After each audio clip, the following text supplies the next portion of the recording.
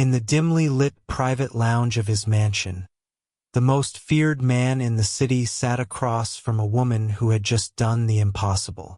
She had said no. Not with tears, not with trembling hands, but with steady eyes and a voice that didn't beg for mercy.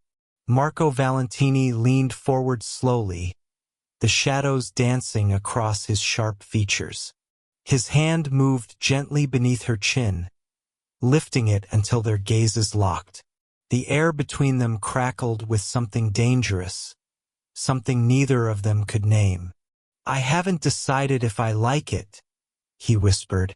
And in that moment, Elena Rivera realized that saying no hadn't set her free. It had done something far more dangerous. It had made her unforgettable.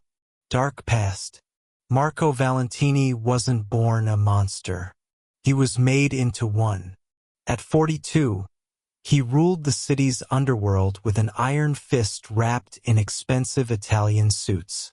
His empire stretched from the docks to the penthouse suites, built on fear, loyalty, and blood that had long since dried on his hands. People whispered his name in dark corners. Politicians took his calls. Enemies disappeared before they could become threats.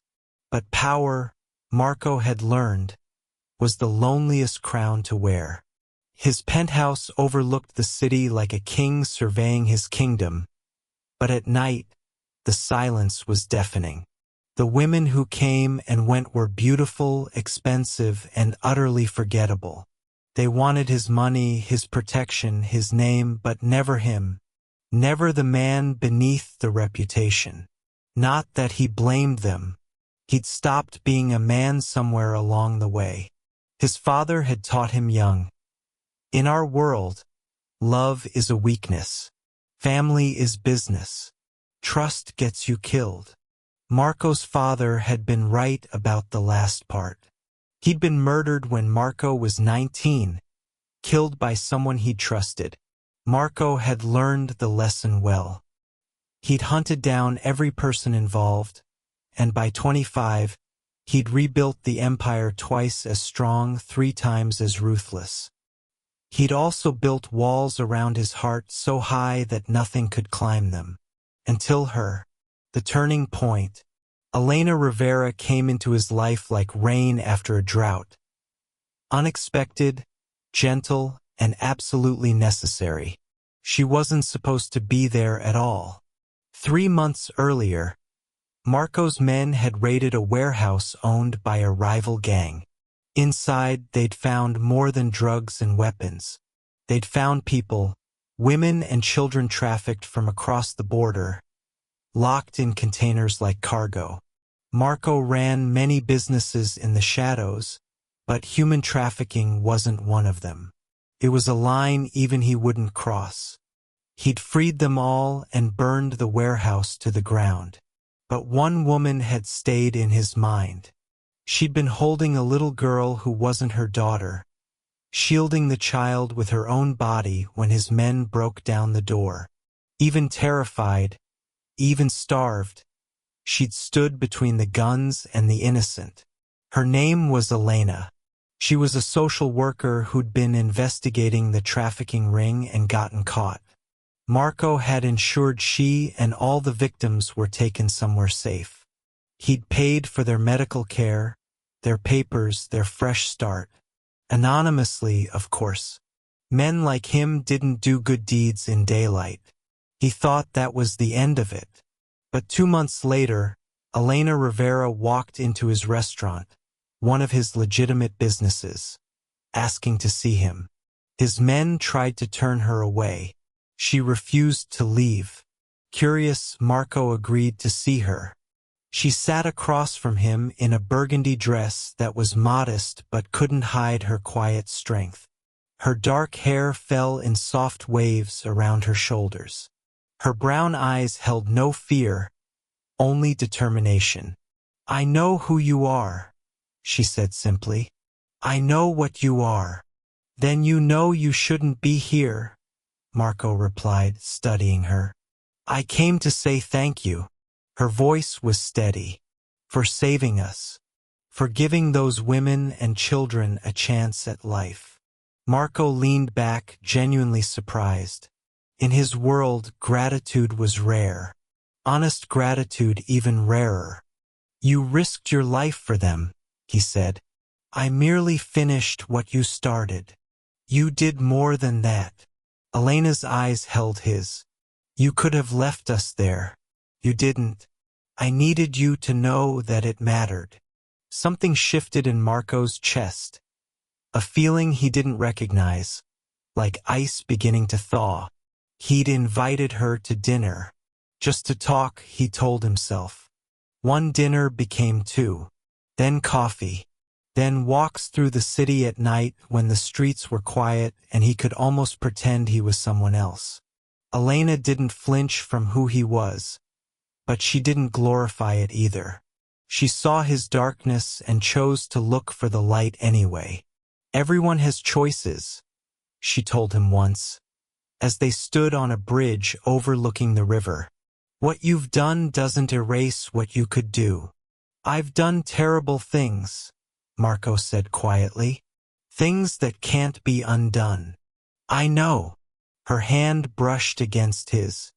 But you also saved 23 people, including me. That choice counts too.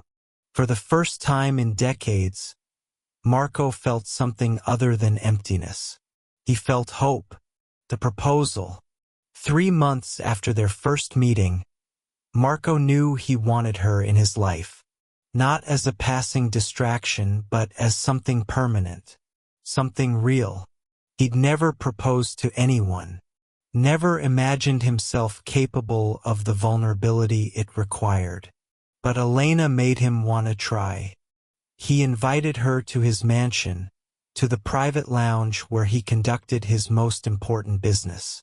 Except tonight, there would be no business. Just truth. I need to ask you something, Marco said, his voice unusually uncertain. Elena sat across from him, beautiful in the soft lamplight, her expression open but cautious. I know what I am, Marco continued. I know what my life looks like from the outside. But when I'm with you, I remember what it feels like to be human, to want something beyond power or control. He paused, his dark eyes searching hers. Stay with me, not just for tonight or next week. Stay. Be part of my life. It wasn't quite a proposal, but it was as close as a man like him knew how to get. Silence stretched between them. Elena's expression softened with something that looked like sadness. Marco, she began gently, care about you. I do. But I can't be part of this world. I've spent my life trying to help people escape violence. Escape the kind of darkness you live in every day. How can I stand beside you while you perpetuate it? Her words were a knife, clean and sharp. I'm trying to change, Marco said, and he meant it. For you. You have to change for yourself, Elena replied softly. Not for me. Not for anyone else. Until you do, I can't say yes. The word hung in the air like smoke. No. She had said no. In Marco's world, people didn't refuse him. They either obeyed or they paid the price. But looking at Elena, at her honest eyes, her gentle strength, Marco felt something unexpected. He leaned forward slowly, lifting her chin with careful fingers until their eyes met. I haven't decided if I like it, he whispered. The truth was, part of him did. Part of him admired her courage, her integrity, her refusal to compromise herself even for him. She was the first real thing in his life in so long, and she had just slipped further from his reach. Conflict and pain. Elena left that night and Marco let her go. But in his world, nothing stayed simple for long. 2 weeks later, his underboss, Victor, came to him with news. The Torino family knows about the woman, Victor said. his expression grim. They know you care about her. The Torinos were rivals, old enemies who'd been looking for any weakness to exploit. Marco's blood ran cold. What have they done? Nothing yet. But they're watching her. Waiting. Marco knew what that meant. They'd use Elena to hurt him, to draw him into a war, or worse, to eliminate the one thing that made him vulnerable. He immediately assigned protection, shadows who followed Elena without her knowledge. But he knew it wasn't enough. As long as she existed in his orbit, she was in danger. The cruel irony wasn't lost on him. The first person he'd cared about in decades was in danger because of that very fact.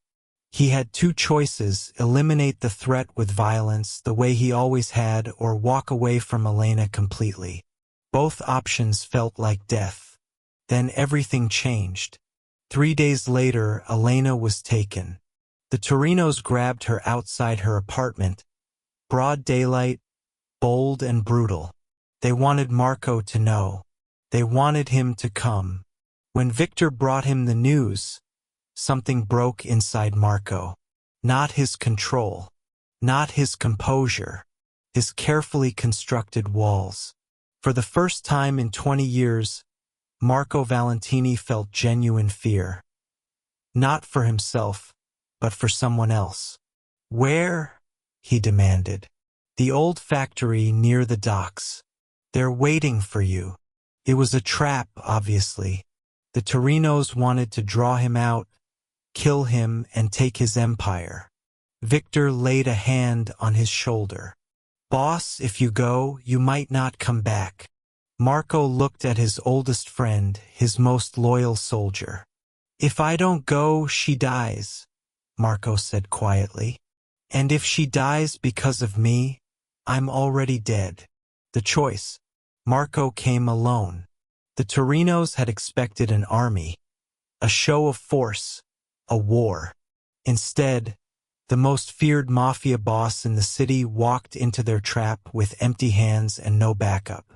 15 guns pointed at him as he entered the factory.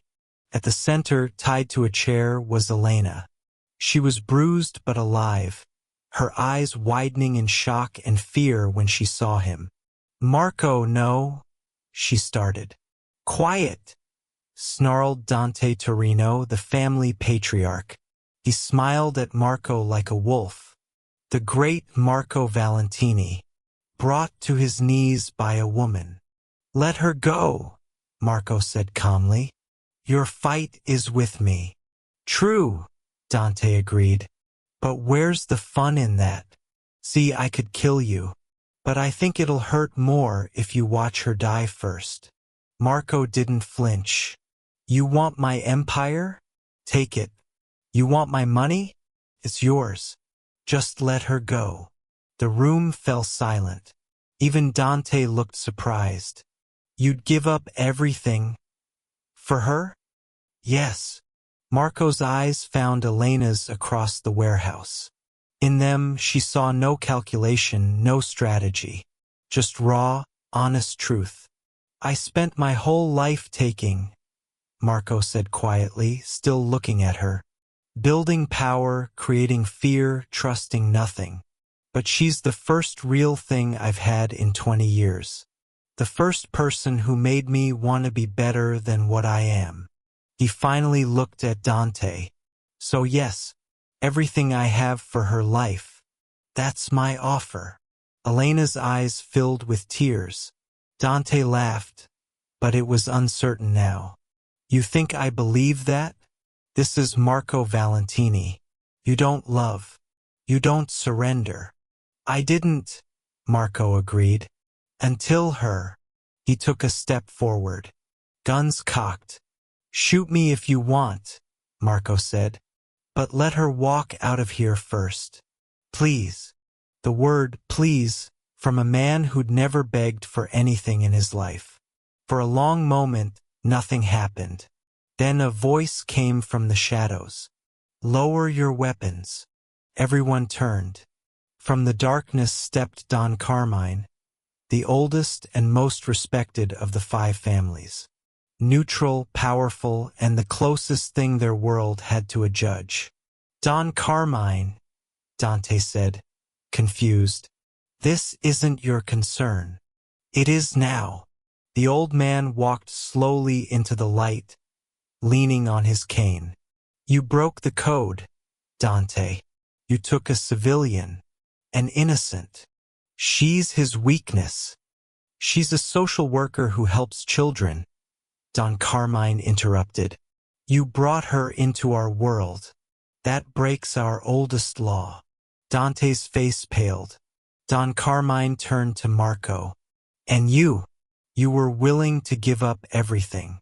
Your empire, your power, your life, for love. Marco said nothing but didn't look away. The old Don smiled faintly. In 40 years, I've never seen that. Not once. He looked around the warehouse. This ends now. Release the woman. Dante, you will answer to the council for this violation. But now, the guns lowered. Dante's men untied Elena. She stumbled forward, and Marco caught her, his arms closing around her for the first time. She was shaking but alive. Alive. You came, she whispered against his chest. Always, Marco breathed. I will always come for you. Resolution. The aftermath came swift. Dante Torino was stripped of his power by the council. Don Carmine declared Elena under protection of all 5 families, untouchable. But Marco knew the truth. As long as he stayed in this world, she would never be completely safe. So he made another choice. He walked away. Not from Elena, from everything else. He handed his empire to Victor, the only man he trusted. He liquidated assets, paid his debts, and ensured everyone who depended on him was taken care of. Then he disappeared. 3 months later, Elena received a letter. No return address, just a location and a time. She went, her heart pounding. It was a small house on the coast, far from the city, surrounded by quiet and sunlight. So different from the dark world he'd inhabited for so long. Marco stood on the porch, watching the ocean. He looked different. Dressed simply, his face calmer, younger somehow. When he turned and saw her, his expression broke into something she'd never seen before. Hope. You came, he said softly. Elena climbed the porch steps slowly. You left everything. I left a life that was killing me, Marco corrected. I'm trying to build something different now. Something clean. He hesitated. It won't erase what I've done. I know that. But I'm trying. For yourself. Elena asked, echoing her own words from months ago. For myself, Marco confirmed. But also for the chance that maybe you'd give me another answer. Elena looked at this man. This feared, powerful, broken man who'd given up everything to become someone worthy of love. Ask me again, she whispered.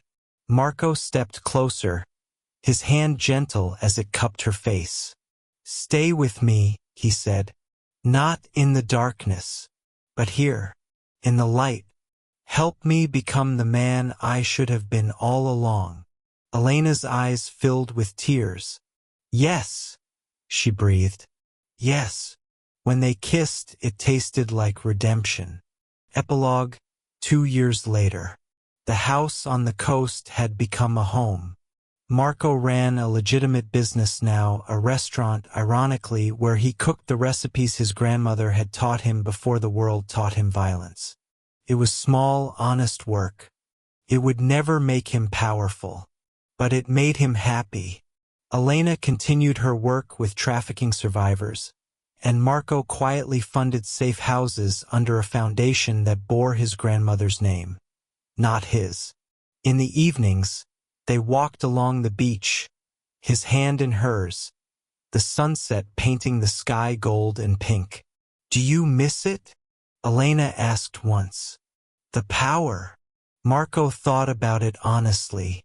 Sometimes I miss the certainty, the control. And then, he squeezed her hand. And then I come home to you, and I remember what actually matters. Far from the city, far from the darkness, Marco Valentini had found something his father swore didn't exist. He'd found love. More than that, he'd found himself. And every morning when he woke up next to Elena, watching the sunlight paint her sleeping face, Marco said the same quiet prayer of gratitude. She had said no when everyone else said yes. She had seen him when everyone else saw only the monster. She had offered him love when he'd only known power. And in doing so, she'd given him the one thing he'd never thought he deserved, a second chance. In the quiet of their home, far from the empire he'd abandoned, Marco finally understood what his father never had. Love wasn't a weakness. It was the only thing strong enough to save him. In the city, they still whisper about Marco Valentini, the mafia boss who walked away from everything for a woman who said no. Some call it weakness. Others call it madness. But those who knew the truth call it something else entirely. Redemption. And on a quiet coast where the waves wash away the past, two people build a future one honest day at a time, proving that even the darkest hearts can find their way home. All it takes is one person brave enough to say no to the darkness and yes to the light.